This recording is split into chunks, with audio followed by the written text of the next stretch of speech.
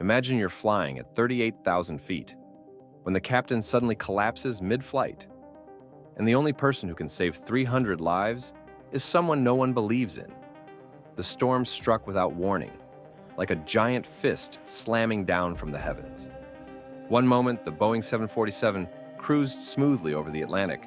The next, it was tossed around like a toy in a child's bathtub. Lightning split the darkness in jagged streaks. Thunder boomed like cannon fire, and passengers clutched their armrests as oxygen masks rattled above their heads. In the cockpit, chaos unfolded. Captain Harold Carter, veteran of 20 years in the skies, slumped forward, his face pale, his hands twitching helplessly on the controls. He was unconscious before his co-pilot even understood what was happening. Now the responsibility fell to First Officer Daniel Reed, barely 30 years old, his uniform still crisp with inexperience. His knuckles whitened as he gripped the yoke, sweat streaming down his forehead. The aircraft was caught in one of the worst storms on record, a Category 5 monster that churned across the North Atlantic with winds strong enough to rip metal apart. Daniel's voice cracked as he fumbled with the intercom. "Ladies and gentlemen," he stammered, his tone trembling, "we have a medical emergency. The captain is incapacitated. I need immediate assistance from anyone with military aviation experience." The words echoed through the cabin like a death knell. A heavy silence followed, broken only by a baby's cry and the pounding rain outside. Fear spread like wildfire, passengers praying aloud, others whispering final goodbyes into their phones. At 38,000 feet, 300 lives dangled between survival and disaster, and the only hope came down to one desperate question hanging in the air. Was there anyone at all, on this flight who could take command when the sky itself turned lethal? The silence stretched in the cabin, thick with fear. Every passenger sat frozen, waiting for anyone to stand up. Then, a voice broke the tension. Not loud, not frantic, just steady. "Excuse me." In seat 22B, a woman rose slowly, brushing the sleep from her eyes. Her name was Dr. Maya Henderson, a 36-year-old professor of aerospace engineering and former Air Force combat pilot. She wore simple jeans and a gray sweatshirt, her curly hair tied back. Nothing about her appearance suggested she might be the answer to Daniel Reed's desperate call. 2 rows ahead, however, someone else shot to his feet. Charles Whitman, a silver-haired hedge fund manager in an expensive tailored suit, puffed out his chest like a peacock.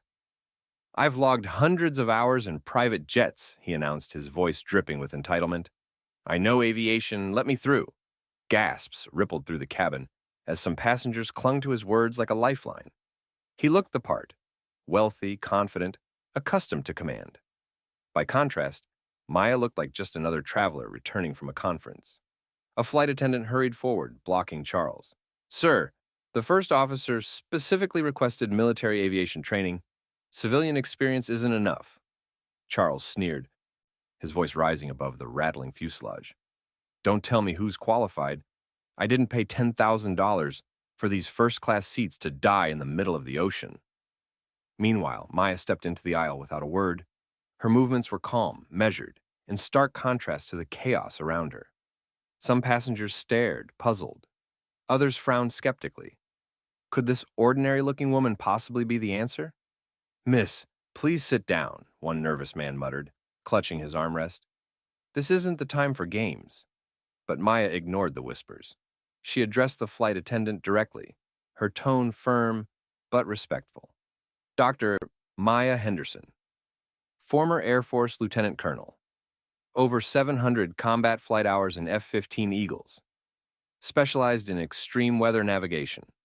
The flight attendant blinked, speechless. Even Daniel's voice crackled over the intercom. "Please confirm. Did you say 700 hours combat?" "Yes, First Officer," Maya replied, steady as stone. "You asked for military aviation training. I'm here." Charles barked a laugh, though it faltered when no one joined him. "She's bluffing. Look at her. She's dressed like a tourist." But the confidence in Maya's eyes said otherwise. Her calm presence cut through the panic, hinting at a hidden strength. She didn't need to argue. She only needed to prove. And as the storm roared louder, the passengers realized they might be staring at the one person who could pull them all back from the brink of death. The cabin vibrated violently as the jet plunged through another downdraft. Screams filled the air. Oxygen masks swung like pendulums above terrified faces. Yet Maya stood unmoving, as if she were standing on solid ground. Emergency procedure for loss of pressurization at altitude, she began, her voice crisp, clinical, and unwavering.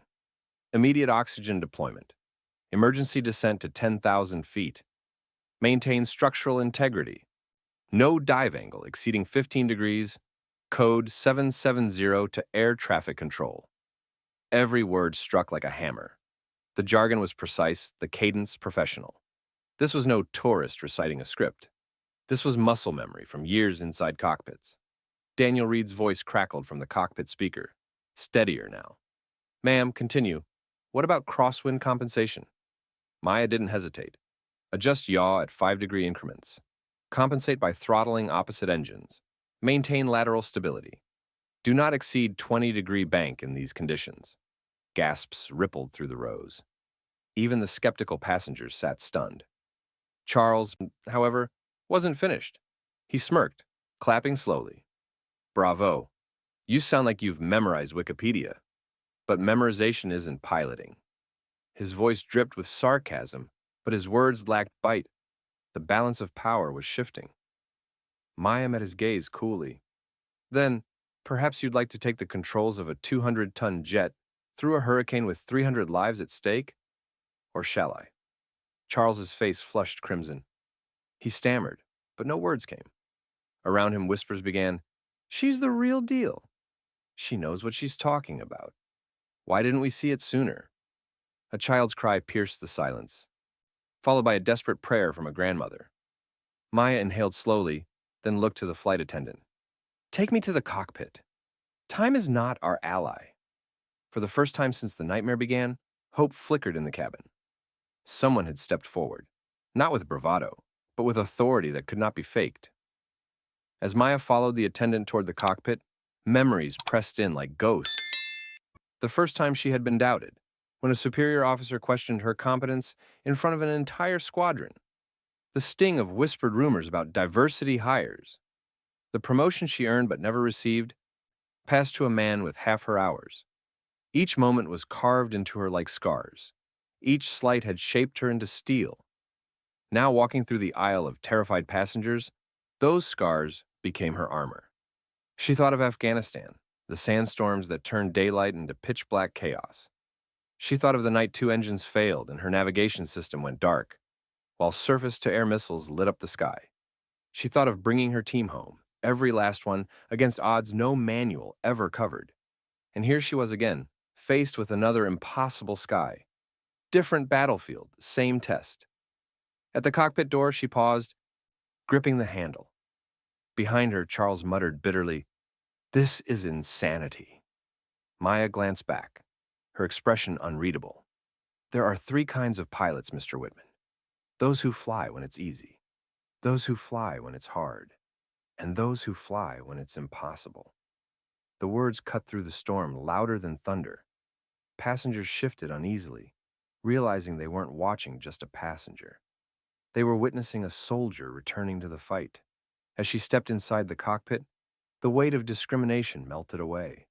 Here, there were no politics, no prejudice, only the storm, the sky, and her unbreakable will to master them both. The cockpit was chaos. Captain Harold Carter convulsed in his seat, foam bubbling at his lips. The alarm panels glowed red with warnings. Daniel Reed sat frozen, hands shaking on the yoke. Maya's voice cut through like a blade. First aid now. Check his airway and vitals. Daniel blinked, startled, but obeyed. Meanwhile, Maya slid into the captain's chair with the ease of someone who had done it thousands of times before. She scanned the instruments.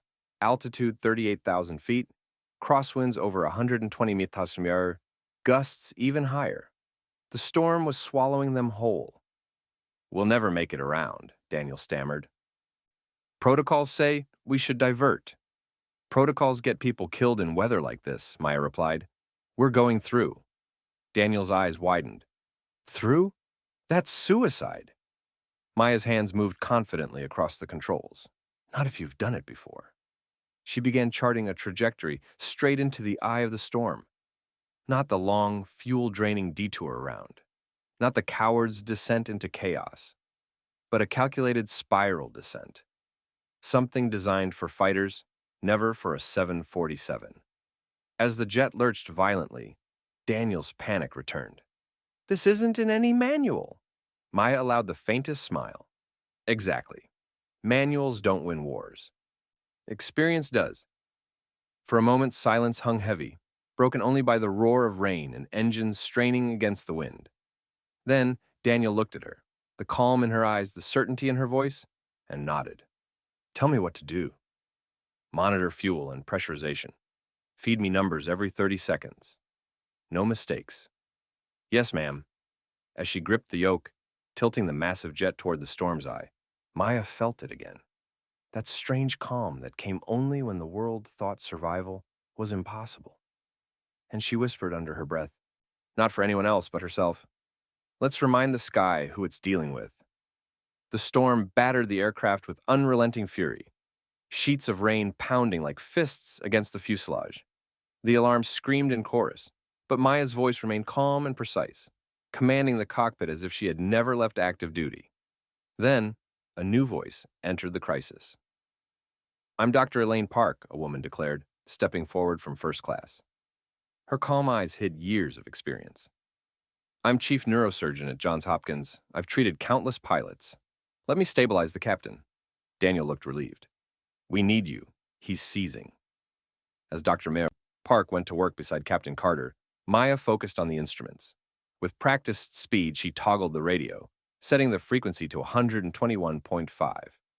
Andrews Air Force Base. This is Colonel Henderson, codename Spectre. Declaring emergency. The response was instant. Spectre? Confirm identity.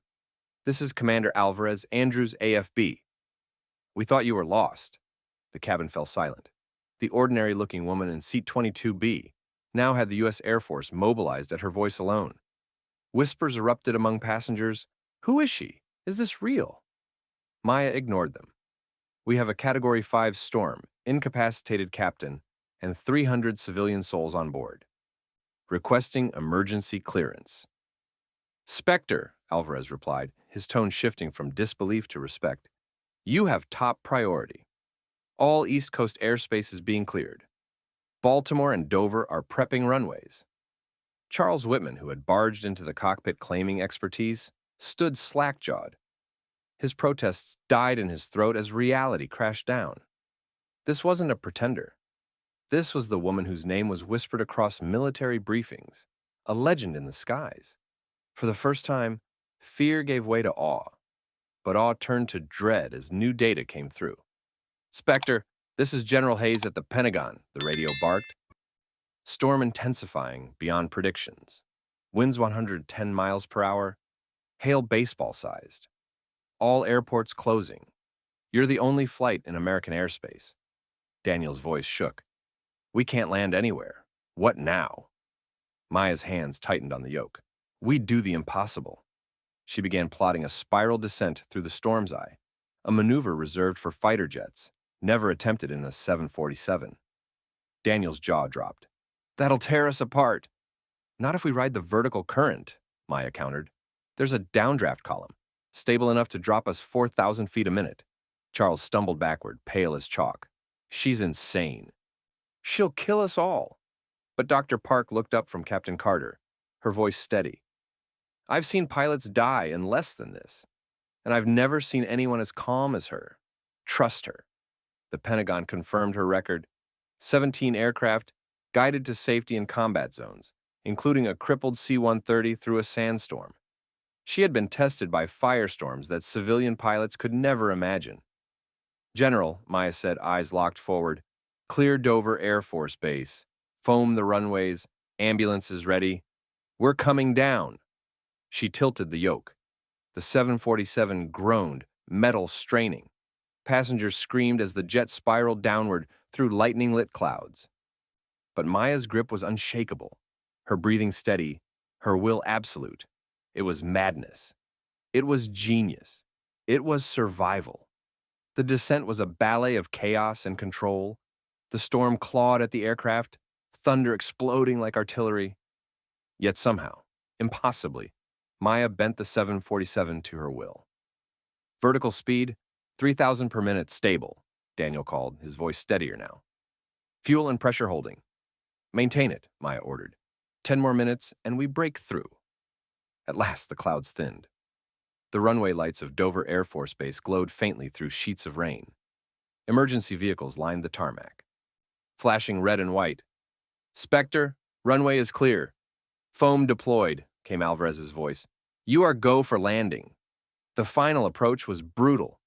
Crosswinds shoved the jet sideways, alarms wailed, and the landing gear rattled like it might shear off.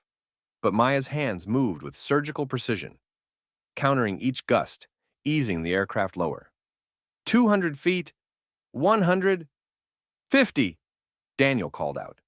With a final jolt, the wheels slammed onto the foam-slicked runway, screeching metal, sparks. Then, silence. Applause, sobbing, prayers of relief erupted in the cabin.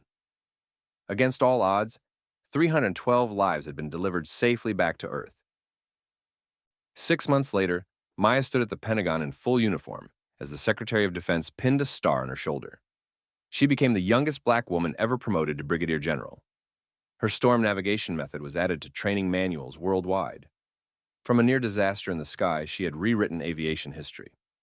But while Maya rose, Charles Whitman fell. The footage of him belittling her during the flight leaked online. She's dressed like a tourist. She'll kill us all. The clips went viral. Tens of millions watching his arrogance crumble. Investors fled his firm within weeks. Clients abandoned him. By the third month, his empire collapsed, leaving him bankrupt. At home, the fallout was even harsher. His wife, Margaret, filed for divorce, citing years of pride and cruelty. She took custody of their children, leaving Charles alone in an empty penthouse he could no longer afford. One day, while riding a crowded city bus to his new job as a used car salesman, Charles looked out the window and saw it. A giant billboard of Brigadier General Maya Henderson in full-dress uniform. The words emblazoned beneath, "Leadership has no color. It has character." The same woman he mocked was now the face of courage across the nation. Charles lowered his head, shame pressing heavier than the storm had that night. He had once believed wealth made him superior, but the woman he dismissed as ordinary had become extraordinary, while he was left with nothing but the bitter taste of regret. 3 years later, Charles saw her again. He was standing in the departure hall of an airport, his cheap dealership uniform wrinkled, suitcase scuffed. She walked past in full general's attire, flanked by aides and security. Conversations hushed around her. "General Henderson," he said softly. She paused. Their eyes met.